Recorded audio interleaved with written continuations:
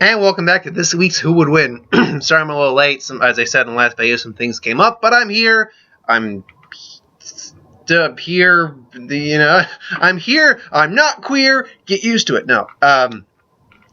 So, yeah, anyway, yeah, it's the second week of the month, so as I've been doing lately, it's, hello, puppy.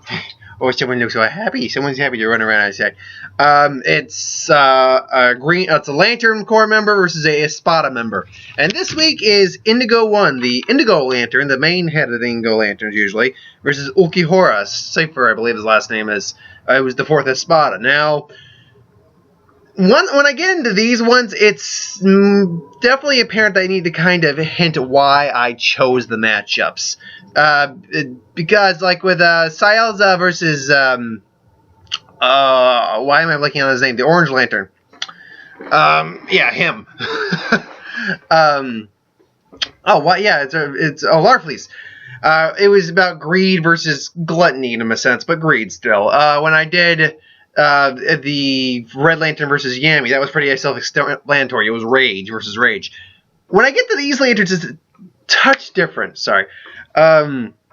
Indigo, the indigo light is the light of compassion, whereas Ulquiorra's symbolism, his not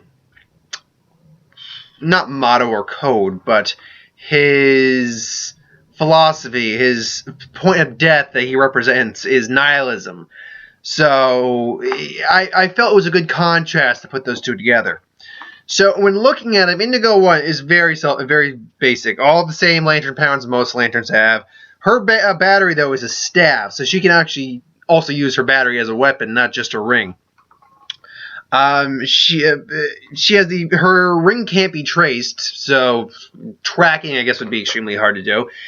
The only unique ability that Indigo Lanterns have over other lanterns is the fact that they can copy the power of any lantern nearby, and powering near them, basically. So, be it a red lantern, green lantern, except maybe white and black. I don't think they can copy those colors. But, yellow lantern, blue lantern, orange, all the lantern colors, she can copy those abilities. So, there's that. Simple, to the point. Now, Ulquiorra, a lot more to go off of Ulquiorra. He's actually on the shorter side, 5'6.5", 121 pounds. Don't know her weight. He's a very, very cold, very logical, very calculating. Not particularly violent, but shows no real mercy. He has a habit of, when doing hand-to-hand combat, or in any sort of real attack, aiming for the point where a person's heart is, which normally is he usually has a habit of stabbing people in the heart, but he also will aim for where his hole happens to be at the time, because it seems to move. He remains calm in battle, but he's finds it continually confusing and frustrating when people don't back down. He's content with death. He has no issue dying. He's a master swordsman, precise and deadly, master hand and combatant. He's oftentimes seen just using his hands. Skilled at the bala, which is a quick jab, much faster than the Cero, which is essentially an energy blast. Sonido expert. His Haro is tough.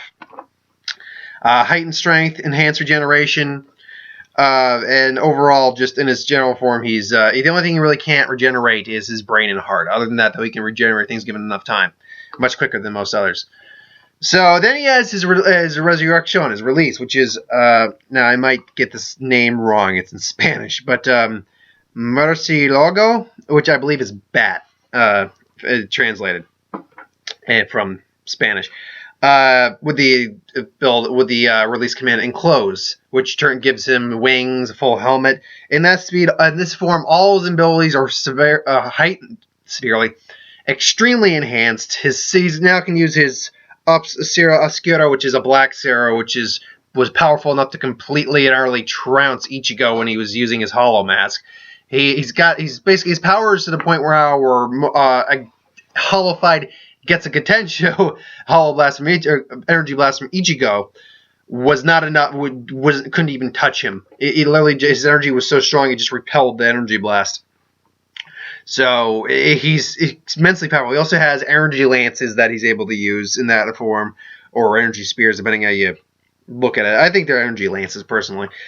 Then he has a form that most, if not any other Espada has, he has a second release, which it's Segu release, meaning second form. It's pretty much if a normal resurrection is the Shikai compared to the Shimigami, this would be the Bankai. This would be the full form. He looks more like a furry devil, basically.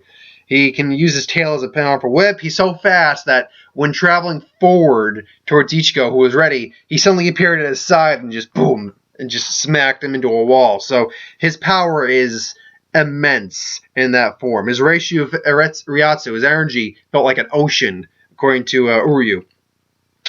And he has literally, and he's like Laza de Re Pajas. I'm butchering that name. Basically, a super energy lance. It's something that even he says he can't control very well in that form. It's like giant energy. It looks almost like an arrow. He tosses it, and best I can describe it, he can use it also as a melee weapon, but best I could describe it when he thought of the effect, it was like a nuclear warhead. It literally incinerated the entirety of the area behind Ichigo at the time.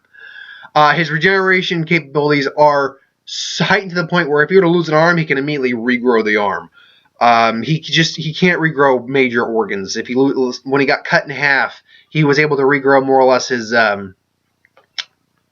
outer body, but he couldn't regrow like the internal organs that were lost in that basically attack. So afterwards, he couldn't take, his body couldn't handle anymore, and he turned into dust. So he's not invincible, but he's a very tough individual. So there's two different versions of this fight that would take place. One version where it's just one-on-one, Indigo versus Ulquiorra. We'll go with that version first. So, like I said, in the scenario where they're all storming Hueco Mundo looking for, I don't know, their power. Let's say that their spirits, or the embodiments of their emotions were captured. They're trying to save the embodiments of their emotions. So I always got to think of a way for that to happen. So they start fighting. And she goes and she starts talking. They have a little quarrel back and forth. She's trying to understand Ulquiorra, but she can't understand him due to the nihilism being the fact that he's cold and just doesn't understand things. And then the fight takes off. So the fight will take off, and Ulquiorra, basically not knowing how to combat this opponent at the moment, just goes in, maybe just fires a Seer right off the bat, just boom. In his base form, I don't think his Seer is powered up to actually damage her. Just because of the energy shield, so she'll just be like, she'll probably feel it, but it's like, and she'll just be standing there, and then Ulquiorra just comes back in, starts going some hand-to-hand combat, maybe tries to go for her heart, but he actually bounces off of her energy shield, because Compassion, the Indigo Lanterns are not a weak lantern. You'd be hard-pressed to determine which lantern group is actually the weakest, but they are not one of the weaker lantern groups. They are, in fact, one of the stronger lantern groups. So it's just, and his hand would honestly probably bounce off.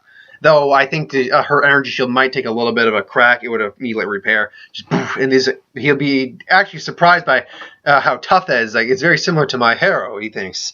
Then she goes in for some energy blasts, comes in, maybe does a little hand-to-hand combat herself with the staff. Just back and forth. She gets a lucky hit and probably skids him by. He's not cut, but he's got a bit of a bruise, and he's a little taken back by this. So it's like, So he goes back in, does a Sunito, catches her off guard real briefly, does a bala, blasts her into the wall. She's a little miffed, but otherwise she's fine. So it's back and forth. Does a serial counters with an energy blast. It's going to be a lot of countering back and forth. Then he realizes he's not going to be able to take her out with this effect, so he actually takes out his blade now. Now, when he's actually pumping up his Ryatsu, going a little more serious, now it's a bit more evenly matched. She probably counters with the staff, using it kind of like a sword in her own. They'll go back and forth a little bit. She'll maybe try to use a construct. He'll get out of the way. So there's not a lot going on in the non-released fight, not where Ulquiorra hasn't released his power yet. So now at that point, it's like, well, I can't beat her. And now she's actually getting serious now. Now she's putting more energy into her blast, more compassion, all that. And he's actually starting to feel the brunt of the attack. His Zanpakuto cracks a bit. He's got some injuries on him. So he goes up above Hueco Mundo, which is the rule. The top four Espada couldn't release their their swords in... Hello, Domino. They couldn't release their swords in Hueco Mundo, or it might destroy Hueco Mundo if they did. So he goes above the clouds, breaks the ceiling, which is all fake, by the way. They revealed that. It's all just nice, pretty illusion. It then releases it in close. I can't say the name. In close. Metacardo, whatever the name is. So then he releases. Now his power is significantly greater, and then he completely catches it. Basically, it'd be similar to how he caught Ichigo off guard with the energy blast. Goes for her head. She immediately reacts by blocking it, but gets thrown back. She's now bleeding because that hurt. That cracked her energy shield. So now he's got the edge over in terms of power, but I think she still will throw some punches in there, throw some attacks in there, but I don't think it would get past the second release for him, or the first release. I don't think he'd go full on second release, but the fact that she probably wouldn't give up either would make him go to the second release. That's the only way I see him going to his full form, his full power, is if she's like Ichigo, is not giving up. And by the time he goes into the second form, his powers are going to just outweigh hers completely. I mean, she can try, maybe do an energy shield, but he's just going to break through that. Her compassion, I don't think, will be strong enough because it's just the compassion she has maybe with him, and that's just not going to be enough. And he's just going to completely wreck her and then just blast a hole through her and end her. So unless she can finish him off in the early fight, which is anything's possible, I would give that matchup a 90% in favor of Ulquiorra with maybe a 10% in favor of Indigo 1. Now, that's the first scenario.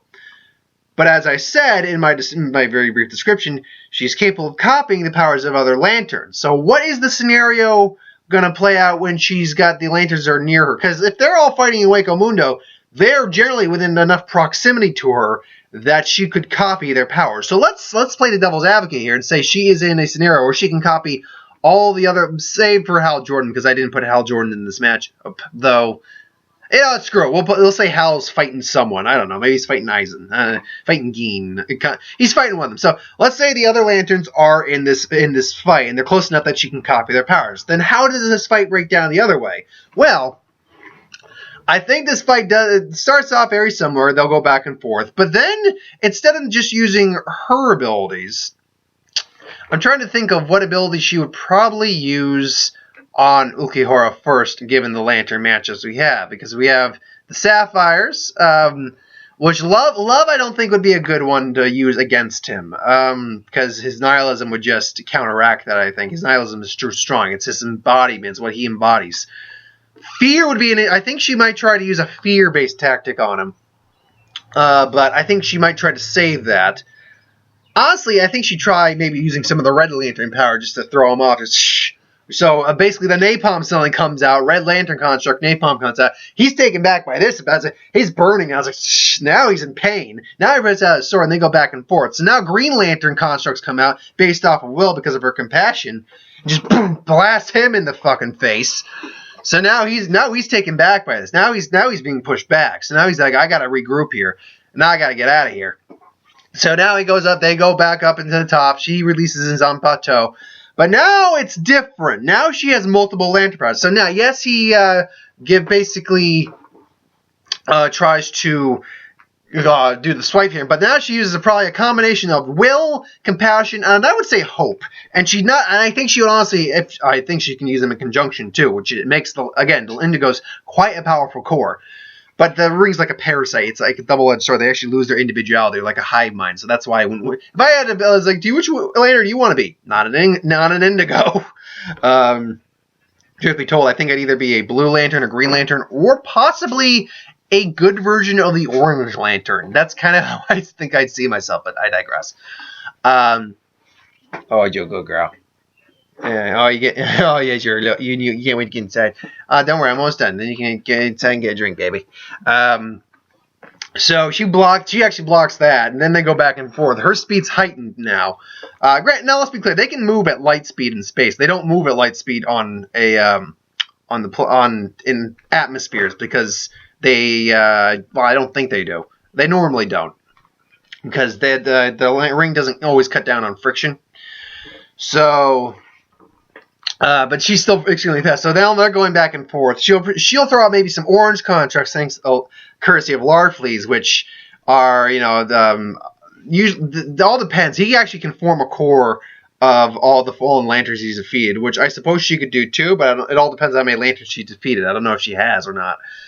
So that takes place. She'll form some constructs. They'll go back and forth. Then he fires his Zero Obscuria.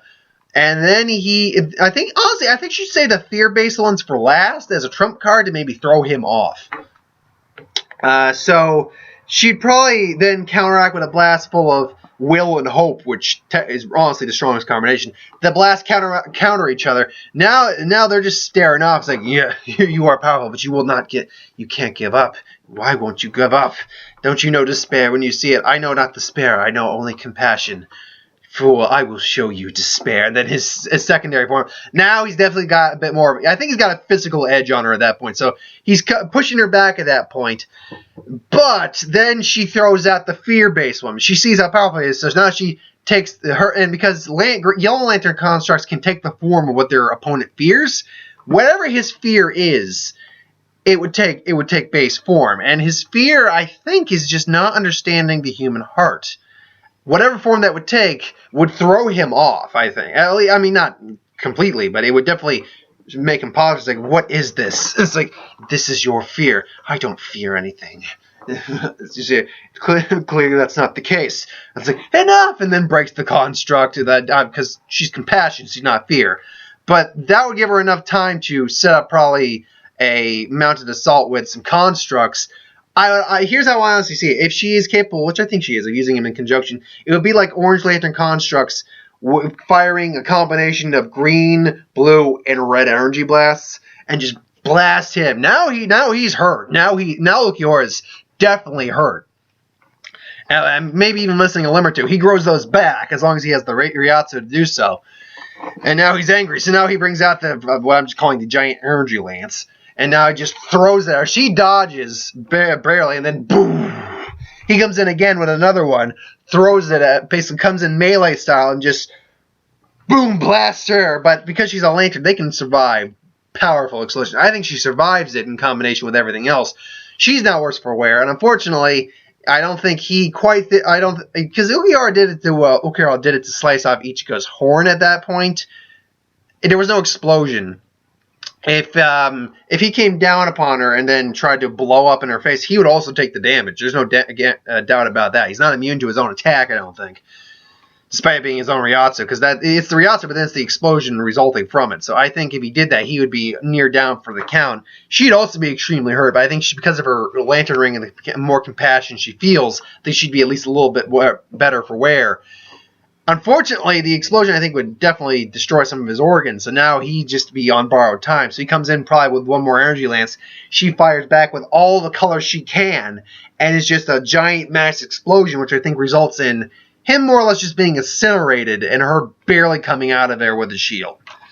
So I think this fight, if it's just single, one color on versus Ulquiorra, I think Ulquiorra wins 90% out of 10.